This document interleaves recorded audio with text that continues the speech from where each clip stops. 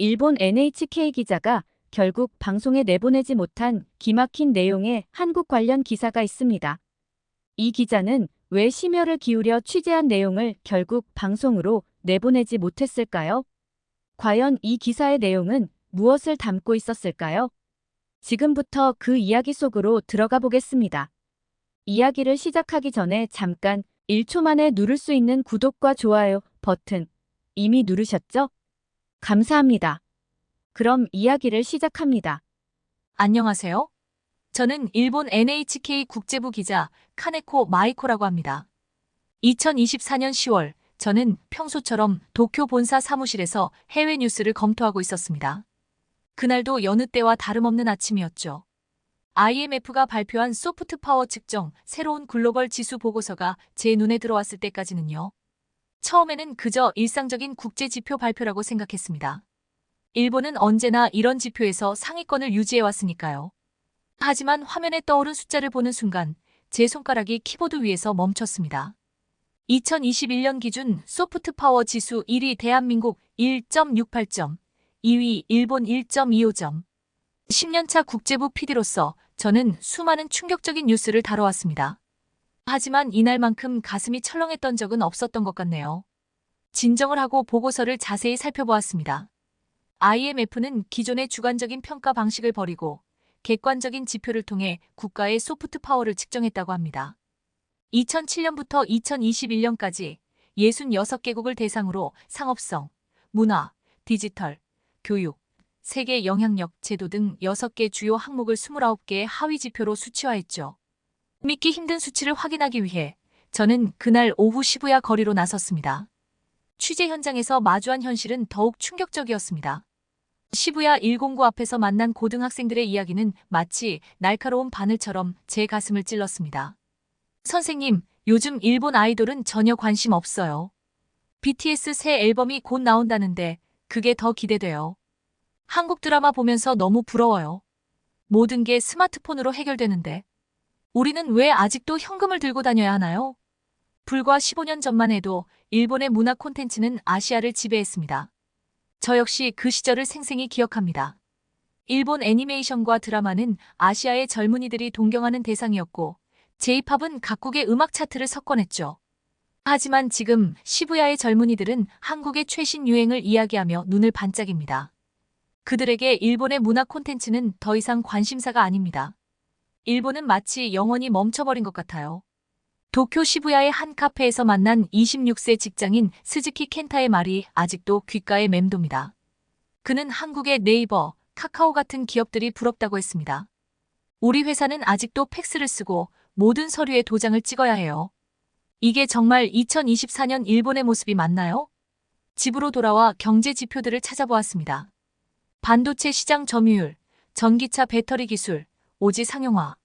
한때 모든 분야에서 우리가 선두였다는 사실이 무색할 정도였습니다. 세계 경제 포럼이 발표한 디지털 경쟁력 순위는 더욱 충격적이었습니다. 한국은 계속 순위가 상승하는 반면 일본은 하락세를 면치 못하고 있었습니다. 결국 저는 한국 특별 취재를 제안했습니다. 우리가 놓친 것은 무엇이며 어디서부터 잘못된 것인지 직접 확인하고 싶었습니다. 팀장님은 빠르게 승인해 주셨죠. 하지만 그때는 몰랐습니다. 제가 마주하게 될 현실이 얼마나 충격적일지, 그리고 이 취재가 방송되지 못할 거라는 사실을요. 그렇게 저의 충격적인 한국 취재가 시작되었습니다. 인천공항으로 향하는 비행기 안에서 저는 이미 일본의 미래가 걱정되기 시작했습니다. 인천공항에 도착하자마자 저는 우리가 놓친 10년의 의미를 직접 마주하게 되었습니다. 입국장을 빠져나오는 순간부터 시작된 당혹감은 제가 알던 세상과는 전혀 다른 차원의 현실을 보여주었습니다. 잔뜩 환전해온 한국 지폐는 이곳에서 마치 낡은 골동품처럼 느껴졌습니다. 주변의 모든 사람들은 스마트폰으로 QR코드를 스캔하며 자연스럽게 게이트를 통과했습니다. 그제서야 깨달았습니다. 제가 들고 온 현금 다발이 이곳에서는 얼마나 낯선 존재인지를. 떨리는 목소리로 영무원에게 물었을 때 돌아온 답변은 더욱 충격적이었습니다. 현금 결제도 가능하시지만 디지털 결제가 훨씬 편리하실 텐데요. 한국에 계시는 동안은 디지털 월렛을 사용하시는 게 좋을 것 같습니다. 서울로 향하는 공항철도 안에서 저는 일본의 현실을 돌아보게 되었습니다. 아직도 우리는 ATM에서 현금을 인출하고 지갑에 가득 채워 다닙니다. 편의점에서 100엔짜리 음료수 하나를 사더라도 현금으로 계산하는 게 자연스럽죠. 그리고 우리는 이것이 불편하다고 생각조차 하지 않았습니다. 하지만 서울에 도착해 처음 들어간 편의점에서 저는 또 한 번 충격에 빠졌습니다. 물병 하나를 집어들고 계산대 앞에서 지갑을 열자 주변 사람들의 의아한 시선이 느껴졌어요. 심지어 직원조차 현금 거스름 돈을 찾는데 시간이 걸릴 정도였습니다. 옆에 있던 고등학생으로 보이는 남학생이 스마트폰을 꺼내드는 순간부터 결제 완료까지 걸린 시간은 단 2초. 그 순간 일본의 현금 문화가 얼마나 비효율적인지를 뼈저리게 실감했습니다. 하지만 이것은 시작에 불과했습니다. 정부 24라는 행정 시스템을 통해 모든 증명서가 스마트폰으로 발급되고 각종 민원이 앱으로 해결되는 현실은 마치 SF 영화의 한 장면 같았습니다. 반면 일본에서는 아직도 대부분의 행정 서비스가 방문 신청을 요구하고 처리에도 최소 며칠에서 몇 주가 걸립니다. 특히 충격적이었던 것은 코로나19 상황에서 드러난 양국의 디지털 격차였습니다. 한국이 QR코드와 모바일 시스템으로 재난지원금을 신속하게 지급할 때 우리는 수작업으로 서류를 처리하느라 막대한 시간과 비용을 낭비했습니다. 도쿄도의 경우 지원금 신청 서류 처리를 위해 공무원 400명을 추가로 투입해야 했다는 사실이 아직도 부끄럽게 느껴집니다. UN 전자정부 평가에서 한국이 3회 연속 세계 1위를 차지했다는 것은 결코 우연이 아니었습니다. 한국의 행정 서비스 디지털화율은 98%에 달하는 반면 일본은 고작 7.5%에 머물러 있습니다. OECD 회원국 중 최하위 수준이라는 이 수치가 가슴을 무겁게 합니다. 지하철을 타면서 마주한 현실은 더욱 충격적이었습니다. 모든 역사에 설치된 스크린도어, 실시간으로 제공되는 열차 정보, 환승 경로 안내까지. 일본의 지하철에서 종이로 된 노선도를 들여다보며 길을 찾던 제 모습이 문득 부끄러워졌습니다. 더구나 지하철 내부의 와이파이는 물론 각 칸마다 설치된 휴대폰 충전기까지. 이용객들은 스마트폰으로 영화를 보거나 게임을 하며 여유롭게 이동했습니다. 반면 일본의 지하철에서는 아직도 와이파이 연결이 불안정하고 대부분의 사람들이 종이책이나 신문을 보는 것이 일상적인 풍경입니다. 이런 모습들을 취재하면서 한 가지 분명한 사실을 깨달았습니다. 우리가 마주한 것은 단순한 기술의 차이가 아닙니다. 이것은 미래를 향한 발걸음의 속도 차이였고 변화를 받아들이는 자세의 차이였습니다. 한국은 1997년 IMF 외환위기라는 국가적 위기 상황에서 과감한 선택을 했습니다. 전자정부 추진위원회를 설립하고 행정 업무의 전면적인 디지털화를 시작했죠. 반면 일본은 잃어버린 20년 동안 변화의 기회를 놓쳤습니다. 우리는 과거의 영광에 안주하며 팩스와 도장 문화를 고수했습니다. 이제는 선택의 순간입니다. 이대로 계속 뒤처질 것인가 아니면 변화의 물결에 동참할 것인가. 하지만 솔직히 말씀드리면 이미 그 격차는 감당하기 어려울 만큼 벌어진 것은 아닐까 하는 두려움이 앞섭니다. 강남 테헤랄로에 첫 발을 디딘 순간 저는 또 다른 차원의 충격을 마주하게 되었습니다. 이곳에만 5,000개가 넘는 스타트업이 모여 있다는 사실이 믿기지 않았습니다. 더욱 놀라웠던 것은 창업자들의 나이였습니다. 한국스타트업진흥원의 자료에 따르면 창업자의 35%는 20대, 45%는 30대 초반이었습니다. 최근 일본 경제산업성의 조사 결과가 머릿속을 스쳐 지나갔습니다. 일본의 20대 청년 중 창업을 고려하는 비율이 고작 4%에 불과했죠. OECD 국가 중 최하위 수준이었습니다. 반면 한국은 20대의 창업 의향이 28%에 달했습니다. 도대체 이런 차이는 어디에서 오는 걸까요? 테헤랄로의 한 스타트업 대표를 만났습니다. 28살의 청년 CEO였죠. 처음에는 실패했어요.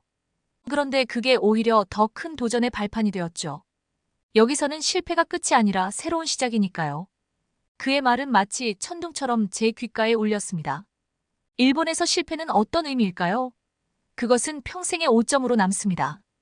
취업은 물론 결혼까지 영향을 미치는 현실에서 누가 감히 안정된 길을 벗어나려 하겠습니까? 더욱 충격적인 것은 지원 정책의 차이였습니다. 한국은 청년 창업가에게 최대 1억 원의 지원금과 함께 사무 공간, 멘토링까지 제공하고 있었습니다. 반면 일본의 창업 지원은 복잡한 행정 절차와 보수적인 심사 기준으로 인해 실효성이 떨어졌습니다. 삼성, 네이버, 카카오와 같은 대기업들은 적극적으로 스타트업을 발굴하고 육성했습니다. 반면 일본의 대기업들은 여전히 종신 고용을 강조하며 안정성을 최우선 가치로 삼고 있었죠. 이런 환경에서 젊은이들은 창업이라는 위험한 도전보다 안전한 취업을 선택할 수밖에 없었습니다. 한국의 대학에서는 창업 동아리 활동이 활발했고 실제 창업으로 학점을 인정받는 제도까지 있었습니다. 반면 일본의 교육은 여전히 안정적인 직장 찾기에 초점이 맞춰져 있습니다. 학생들은 좋은 대학에 들어가고 유명 기업에 취직하는 것이 최고의 성공으로 여겨지고 있죠. 이런 획일화된 성공 공식 속에서 창의성과 도전 정신은 점점 사라져가고 있었습니다. 테헤란로의 한 카페에서 만난 20대 창업가들의 이야기가 아직도 생생합니다. 우리는 실리콘밸리를 목표로 합니다. 국내 시장은 이미 너무 좁아요. 글로벌 시장에서 승부를 걸어야죠. 반면 일본의 청년들은 어떨까요? 해외 진출은커녕 국내 시장에서조차 도전을 주저하고 있습니다. 안정성이라는 이름으로 포장된 안주가 그들의 날개를 묶어두고 있는 것입니다. 특히 인상적이었던 것은 스타트업 밀집 지역의 심야 풍경이었습니다. 밤 11시가 넘었는데도 불이 켜진 사무실이 눈에 띄었습니다. 그들은 단순히 야근을 하는 게 아니었습니다. 새로운 아이디어를 논의하고 글로벌 시장을 겨냥한 서비스를 개발하는 데 열중이었죠. 우리는 시간과 경쟁하고 있어요. 기술은 하루가 다르게 발전하니까요.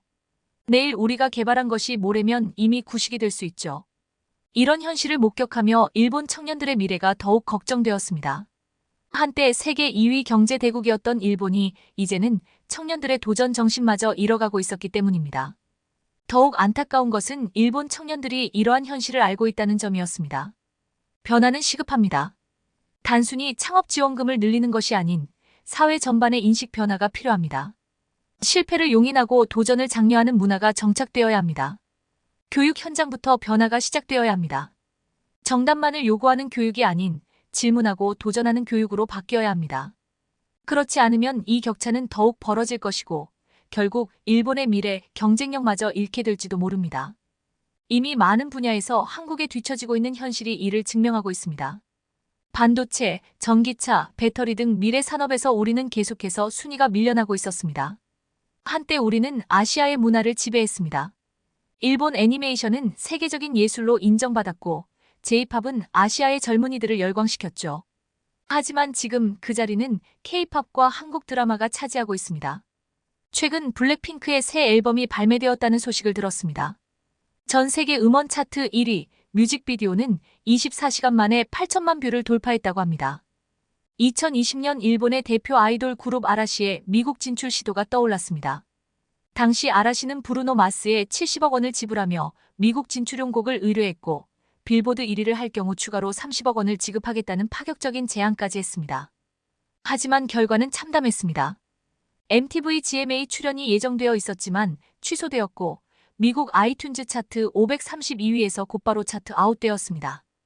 브루노 마스는 이후 이 협업에 대해 언급조차 하지 않았고 미국 토크쇼에서 관련 질문을 받았을 때 불편한 기색을 감추지 못했다고 합니다. 더욱 충격적인 것은 음악 산업의 디지털 하차이였습니다. 2022년 기준 일본 음악 시장에서 CD 판매가 차지하는 비중이 여전히 70%를 넘습니다. 반면 K-팝 산업은 이미 2010년대 초반부터 유튜브와 SNS를 적극 활용했고 글로벌 팬들과 실시간으로 소통하며 새로운 마케팅 전략을 선보였습니다. 한국의 엔터테인먼트 기업들은 이미 글로벌 기업으로 성장했습니다. 하이브는 미국 나스닥에 상장되었고 사우디아라비아에서 K-팝 경연 대회를 여는 등 세계화 전략을 가속화하고 있습니다. 반면 일본의 대형 연예 기획사들은 여전히 국내 시장 중심의 보수적인 경영을 이어가고 있습니다. 드라마 시장은 더욱 극명한 차이를 보여줍니다. 넷플릭스 글로벌 탑10에서 한국 드라마가 차지하는 비중은 평균 30%에 달합니다. 반면 일본 드라마는 좀처럼 찾아보기 어렵습니다. 오히려 일본의 유명 만화나 소설이 한국에서 드라마로 제작되어 세계적인 성공을 거두는 경우가 늘고 있습니다. 우리가 놓친 것은 무엇일까요? 한국의 콘텐츠 제작자들은 처음부터 글로벌 시장을 겨냥합니다. 기획 단계에서부터 다국어 자막을 고려하고 세계 각국의 문화적 정서를 반영합니다. 그들의 성공은 결코 우연이 아니었습니다. 특히 한국의 웹툰 시장은 충격적이었습니다. 네이버 웹툰의 월간 사용자 수는 이미 8천만 명을 넘어섰고 글로벌 웹툰 시장의 80%를 장악하고 있습니다. 반면 일본의 디지털 만화 시장은 여전히 종이 단행본 판매에 의존하고 있습니다.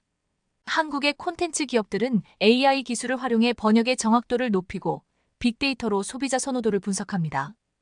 실시간 댓글 시스템으로 팬들과 소통하며 이를 콘텐츠 제작에 반영합니다. 이것은 단순한 기술의 차이가 아닙니다. 시대의 변화를 읽는 통찰력의 차이입니다. 최근 한 충격적인 통계를 보았습니다. 아시아 청소년들이 가장 배우고 싶어하는 외국어 순위에서 한국어가 일본어를 앞질렀다고 합니다. 문화적 영향력이 경제적 이익으로 이어지는 것을 목격하면서 우리가 잃어버린 것이 단순히 시장 점유율이 아니라는 것을 깨달았습니다. 일본 방송 PD로서 이런 현실을 마주하는 것은 참으로 고통스러운 일이었습니다. 우리는 언제부터 이렇게 뒤처지기 시작한 걸까요? 아니, 어쩌면 우리는 앞으로 나아가는 것을 멈춘 채 과거의 영광에 취해 있었는지도 모릅니다. 이제는 더 이상 일본 문화의 세계화라는 말을 쉽게 할 수 없게 되었습니다. 우리는 변화하는 세계에 적응하지 못한 채 우리만의 방식을 고집하다가 결국 문화 강국의 지위마저 내어주게 된 것입니다. 이것은 단순한 세대 교체가 아닙니다. 미래를 향한 시각과 도전 정신의 차이가 만들어낸 필연적인 결과였습니다. 취재의 마지막 날, 저는 한국이 그리는 미래의 모습을 직접 확인하고자 했습니다. 자율주행 버스가 달리고 있는 판교 제로시티는 마치 영화 속 한 장면 같았습니다. 도시 전체가 하나의 거대한 실험실이었습니다. 자율주행 버스 10대가 실증 운행을 하고 있었습니다. 레이더, 라이다, 카메라 등 첨단 센서로 주변 환경을 실시간으로 분석하는 기술이 이미 상용화를 앞두고 있었습니다. 도쿄에서는 아직도 자율주행 시범 운행 허가를 위한 규제 완화를 논의하는 중입니다. 현대자동차의 수소 전기차 실증 단지도 방문했습니다. 일본의 도요타가 수소차 개발에 주력하고 있지만 시장 반응은 한국이 앞서고 있었습니다. 전기차 분야에서는 현대차가 테슬라에 이어 세계 2위 판매량을 기록하고 있다는 사실이 충격적이었습니다. 더욱 놀라운 것은 스마트시티 통합 관제센터였습니다. 교통, 통신, 에너지 등 도시의 모든 인프라가 하나로 통합되어 있었고 AI가 실시간으로 데이터를 분석하며 도시 전체의 효율을 최적화하고 있었습니다. 일본의 슈퍼시티 구상이 아직도 계획 단계에 머물러 있는 것과는 큰 차이였습니다. 삼성전자의 시스템 반도체 공장을 방문했을 때의 충격은 아직도 잊을 수 없습니다. 3나노 공정이 이미 가동되고 있었고 2나노 개발도 상용화에 들어갔습니다. 반면 일본의 반도체 산업은 이미 세계 시장에서 존재감을 잃어가고 있었습니다. KT AI 연구소에서는 초거대 AI 모델을 자체 개발하고 있었습니다. 한국어에 특화된 AI 모델은 이미 실생활에서 다양하게 활용되고 있었죠. 일본은 아직도 AI 개발을 해외 기업에 의존하고 있는 실정입니다. 도시 곳곳에 설치된 디지털 트윈 시스템은 도시의 모든 변화를 실시간으로 모니터링하고 있었습니다. 교통 체증, 대기 오염, 에너지 사용량까지 모든 것이 디지털화되어 관리되고 있었죠. 이는 단순한 기술의 차이가 아닌 미래를 바라보는 시각의 차이였습니다.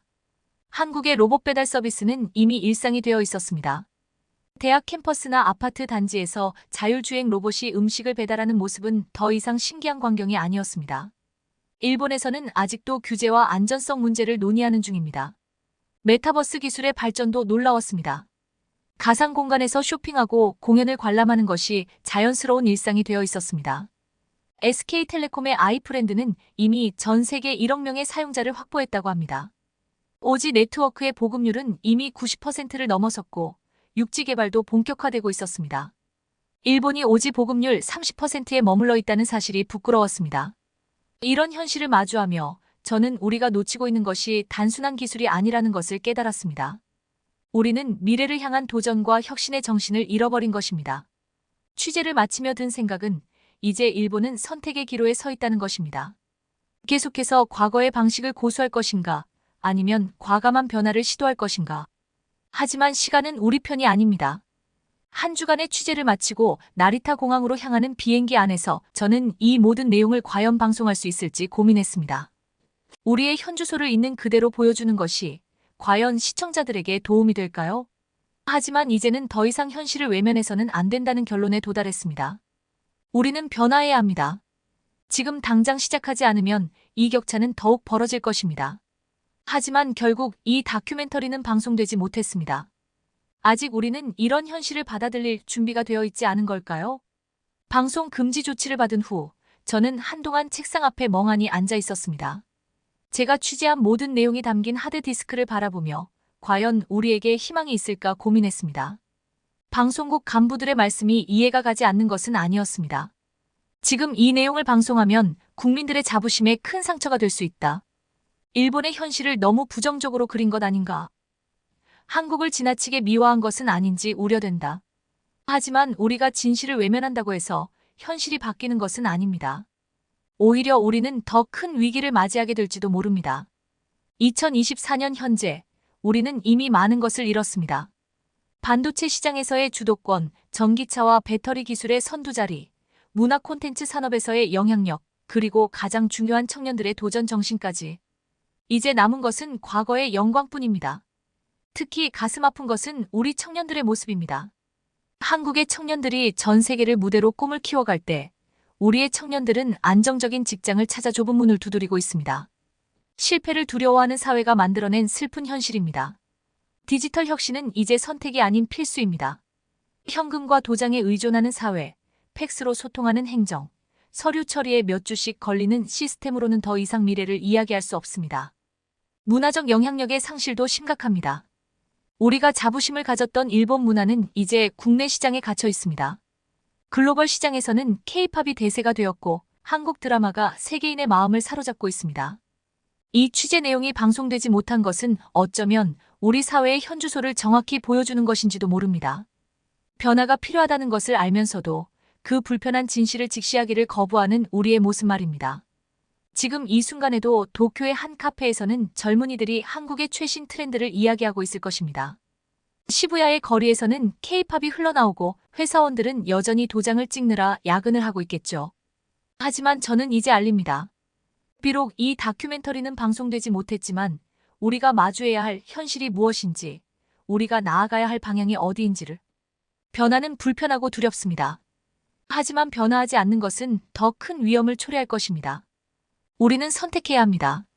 과거의 영광에 안주할 것인가, 아니면 새로운 도전을 시작할 것인가. 이제 이 이야기를 전합니다. 방송이 아닌 기록으로 남깁니다. 언젠가 우리가 변화의 길을 선택했을 때 이 기록이 그 시작점이 되기를 바라면서 오늘의 이야기는 여기까지입니다. 일본의 입장에서 보면 많이 답답하기도 할 것 같은데요.